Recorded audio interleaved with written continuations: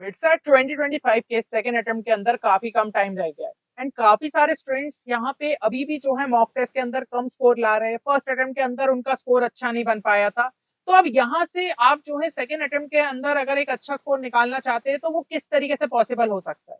तो ये पॉसिबल हो सकता है इस वीडियो के अंदर जो हम आपको यहाँ पे 2 वीक्स की चेकलिस्ट लेके आए उसको प्रॉपर तरीके से आप फॉलो करो, क्योंकि यहाँ पे वो फैक्टर्स को कंसिडर किया है जो कि यहाँ पे 95% स्टूडेंट्स जो है मिस कर जाते।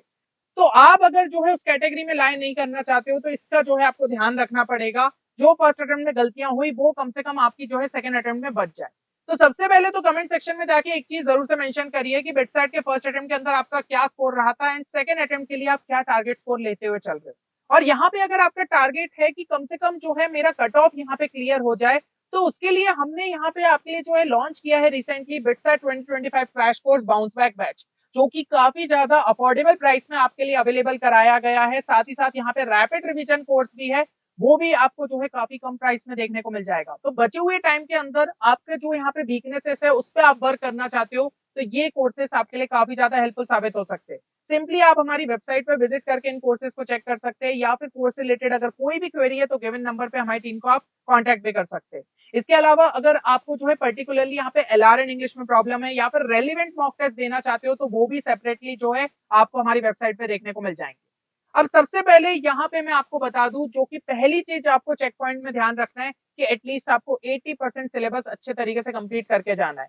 इवन यहाँ पे जो स्टूडेंट्स फर्स्ट अटेम्प्ट के अंदर 300 प्लस के ऊपर लेके आए ना, वो भी जो है यहाँ पे 100% सिलेबस को लेकर कॉन्फिडेंट नहीं थे, क्योंकि कई सारे स्टूडेंट्स तो हमारे ही कोर्सेज में यहाँ पे एनरोल्ड थे। जब हमने उनसे बात करी तो उन्होंने कहा कि भैया कई सारे चैप्टर्स में हमें कॉन्फिडेंस नहीं था, तो हम बस सिंपली फॉर्मूलेस देख के चले गए थे, नहीं बना उस टाइप के क्वेश्चन तो हमने छोड़ दिया। लेकिन बाकी जो बचे हुए क्वेश्चंस करके आए उनमें कॉन्फिडेंट थे, तब जाके वो एक अच्छे स्कोर तक पहुंचे। तो सबसे पहले आपको फोकस करना पड़ेगा सभी अपने स्ट्रॉन्ग चैप्टर्स पे, और उन्हीं को जो है कॉन्फिडेंटली यहाँ पे कंप्लीट करने का फोकस करो। और जो भी रिमेनिंग चैप्टर्स है उनके अंदर सिर्फ इंपॉर्टेंट फॉर्मुलेस और कॉन्सेप्ट्स भी अच्छे तरीके से देखते हो तो आपका काम बन सकता है। अभी मैं कुछ आपको मेमोरी बेस्ड क्वेश्चंस भी दिखाऊंगा तो आपको समझ में आएगा कि हाँ, उस टाइप के क्वेश्चंस तो आप इजीली डील कर सकते थे। और यहाँ पे कुछ ऐसे गोल्ड माइन चैप्टर्स है। गोल्ड माइन क्यों कह रहा हूँ, क्योंकि फर्स्ट अटेम्प्ट के अंदर इनको काफी ज्यादा जो है हमने देखा था कि इनसे क्वेश्चंस पूछे गए। तो फिजिक्स केमिस्ट्री मैथ्स के लिए ये लिस्ट आपको यहाँ पे देखने को मिल जाएगी। तो ये सारे चैप्टर्स आपके अच्छे तरीके से कंप्लीट होना चाहिए। जैसे कि इलेक्ट्रोस्टैटिक्स मेजोरिटी ऑफ स्टूडेंट्स ने बोला था, जीओसी मेजोरिटी ऑफ स्टूडेंट्स ने बोला था, vector three majority of students ने बोला, एलपीपी डिफरेंशियल इक्वेशन। तो ये कुछ ऐसे चैप्टर्स है जो कि सभी शिफ्ट्स में यहाँ पे लगभग पूछे गए। तो इनको आप जरूर से करके जाइएगा, क्योंकि मल्टीपल क्वेश्चंस देखने को मिले और सेकंड अटेम्प्ट में भी हम इन चीजों को जो है यहाँ पे देख सकते हैं। अब यहाँ पे अगली चीज जो है कि आपको फॉर्मूलेस अच्छे तरीके से मेमोराइज करने पड़ेंगे, क्योंकि कई सारे क्वेश्चन आप फॉर्मूला बेस्ड एक्सपेक्ट कर सकते हो। तो जितने भी फॉर्मूले से एकदम बाय हार्ट कर लो, ठीक है।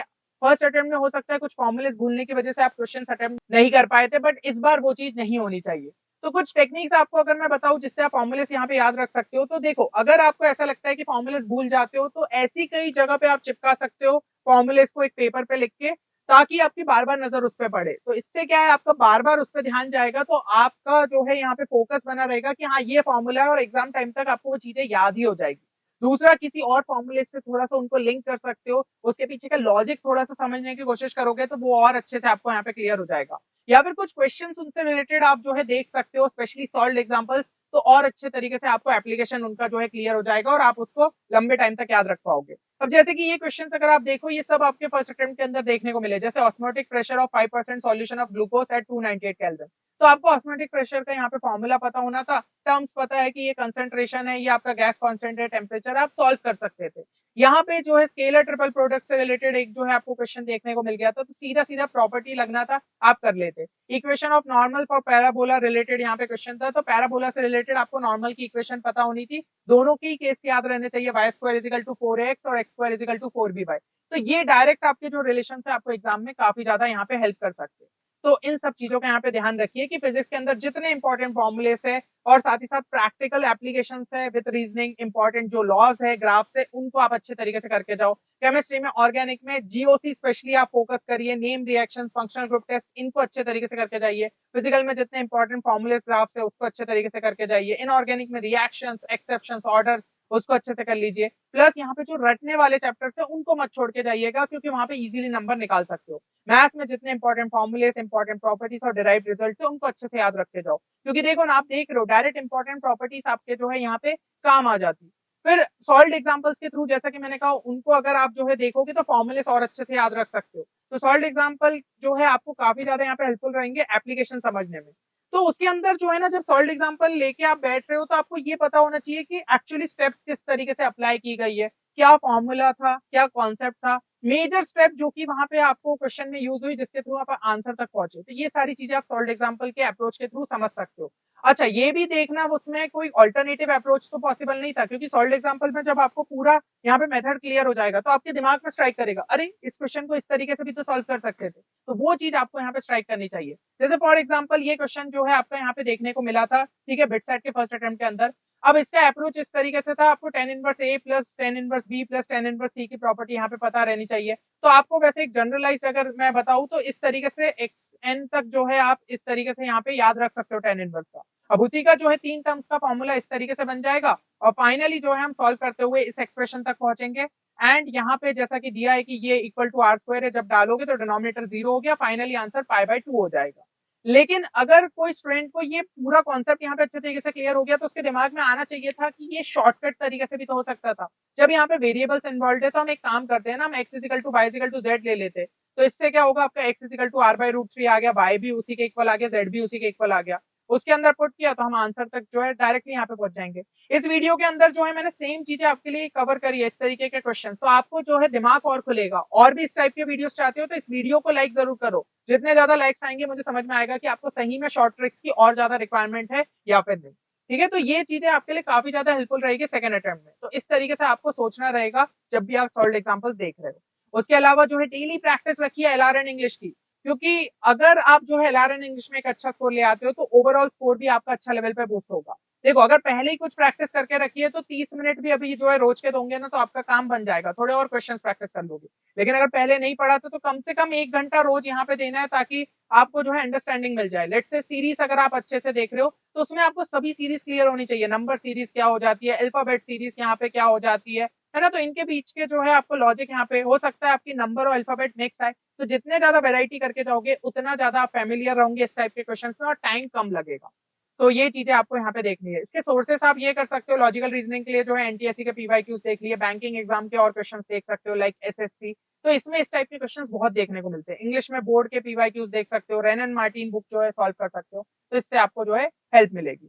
फाइनली यहाँ पे जो है मॉक टेस्ट को रेगुलर इंटरवल पे जो है अटेम्प्ट करो, क्योंकि जितने ज्यादा यहाँ पे मॉक टेस्ट दोगे उससे आपकी स्पीड लगातार बढ़ेगी। लेकिन एक चीज ध्यान रखना, ज्यादा मॉक टेस्ट देने से भी कोई इतना फायदा नहीं है जब तक आप उसका जो है एनालिसिस प्रॉपर तरीके से नहीं करते हो और नेक्स्ट मॉक टेस्ट में इंप्रूवमेंट नहीं दिखाते हो। क्योंकि गलतियों को समझना पड़ेगा, क्या गलती हो रही है, उससे जब इंप्रूवमेंट दिखाओगे 10-15 नंबर का ही सही, तो लगातार जब मॉक टेस्ट दोगे वो 10-10-15 नंबर भी ऐड होते हुए एक अच्छा खासा जो है आपका स्कोर तक कन्वर्ट हो जाएगा। तो ये चीज का ध्यान रखिए। तो फिगर आउट करिए कि एक्चुअल में कहाँ गलत जा रहे हो। क्या आप जो है यहाँ पे सब्जेक्ट ऑर्डर आपका गलत जा रहा है, ठीक है, क्या आप लॉजिकल रीजनिंग से स्टार्ट कर रहे हो, पेपर खत्म कर पा रहे हो या नहीं कर पा रहे हो, केमिस्ट्री से स्टार्ट करने पे पेपर खत्म कर पा रहे हो क्या। ये सारी चीजें आपको यहीं पे डिसाइड करनी पड़ेगी। जितना एक्सपेरिमेंटेशन करना है मॉक टेस्ट के अंदर करो, ताकि फाइनल पेपर तक हमारी एक परफेक्ट स्ट्रेटजी जो एक इंडिविजुअल के लिए आपकी होनी चाहिए वो आपकी तैयार हो जाए। क्योंकि किसी और के कहने से अगर कोई स्ट्रेटजी फॉलो करोगे वो आपके लिए उतनी वर्क नहीं करेगी जितनी आप इंडिविजुअली जो है अपने लिए एक स्ट्रेटजी यहाँ पे बनाओगे। उसके अलावा अगर फॉर्मुलेस भूल रहे हो तो जैसा मैंने बताया फॉर्मुलेस आप याद रखने की टेक्निक्स अप्लाई कर सकते हो। और ऐसा लग रहा है क्या आपको कि एकदम से बीच में जो है कॉन्फिडेंस मेरा नीचे गिर जाता है मॉक टेस्ट के देते हुए टाइम, जब भी कोई हार्ड क्वेश्चन आता है, तो ऐसे टाइम पे आपको सीखना पड़ेगा आर्ट ऑफ स्किपिंग, कि कैसे जो है मैं डिफिकल्ट क्वेश्चंस को यहाँ पे छोड़ सकता हूँ। और उसको आइडेंटिफाई करने के लिए आप ज्यादा से ज्यादा मॉक टेस्ट दोगे तभी आपको समझ में आएगा, हाँ ये क्वेश्चंस जो है आपके टफ रहते हैं, इनको आपको छोड़ना चाहिए। तो ये जो है ना एनालिसिस से ही, तो ये जो है ना क्वेश्चन पेपर्स के एनालिसिस से ही आपको चीजें क्लियर होती है। क्या आप जो है स्पीड एंड एक्यूरेसी में यहाँ पे मार्क्स खा रहे हो, ये चीज भी आपको मॉक टेस्ट देने से ही समझ में आएगी। अगर आपकी स्पीड यहाँ पे वीक रह रही है तो उस पर आपको वर्क करना पड़ेगा। स्पीड ड्रिल एक्सरसाइज करो कि भाई हाँ, मुझे जो है 20 मिनट के अंदर यहाँ पे 20 क्वेश्चन सॉल्व करने हैं। इस तरीके से खुद को टारगेट सेट करोगे, अपने आप स्पीड जो है आपकी इंप्रूव होगी। क्योंकि अभी हमारे पास इतना टाइम है जहां पे हम इन चीजों पे वर्क करके अपने स्कोर में एक अच्छा खासा इंक्रीमेंट दिखा सकते हैं। जिन स्टूडेंट्स का स्कोर ऑलरेडी अच्छा आ रहा है उनके पास बहुत कम चीजें बचती है कि वो अब स्कोर में और ज्यादा बूस्ट करे। लेकिन जिनका स्कोर कम रहता है ना, उनके पास पूरा यहाँ पे मैदान खुला रहता है। तो आप अपनी जो है इन चीजों पे वर्क करते हुए एक अच्छे स्कोर तक यहाँ पे पहुंच सकते हो। और इनकेस अगर आपको एंजाइटी या फिर स्ट्रेस हो रहा है ड्यूरिंग अटेम्प्टिंग मॉक टेस्ट, तो आप यहाँ पे जो है अपने फोकस पे आपको वर्क करना पड़ेगा। उसके लिए सबसे अच्छी टेक्निक है कि आप मेडिटेशन करो। आप पढ़ रहे हो, आप पूरा टाइम यहाँ पे डेडिकेट कर रहे हो, बहुत अच्छी बात है, लेकिन सिर्फ 10 से 15 मिनट क्या आप अपनी बॉडी के लिए नहीं दे सकते? ठीक है, तो अगर अपने जो है थोड़ा दिमाग को शांत रखना है, आप मेडिटेशन कर सकते हो, थोड़ी डेली जो है वॉकिंग करो। हल्की हल्की फिजिकल एक्सरसाइज से हमारे जो है यहाँ पे बॉडी और अच्छे से वर्क करेगी, हमारा ब्रेन जो है और अच्छे से वर्क करेगा। तो इन चीजों का प्लीज ख्याल रखिएगा। बाकी जो है कमेंट सेक्शन में जरूर से यहाँ पे मेंशन करिए बिटसेट के फर्स्ट अटेम्प्ट का आपका क्या स्कोर रहा है और सेकंड अटेम्प्ट के लिए क्या टारगेट स्कोर लेते हुए चल रहे हो। बाकी इसी तरीके से जो है इन्फॉर्मेटिव कंटेंट लगातार चैनल पे आता रहेगा, तो चैनल को सब्सक्राइब करना ना भूले। मिलते हैं नेक्स्ट वीडियो में, तब तक के लिए take care and good bye.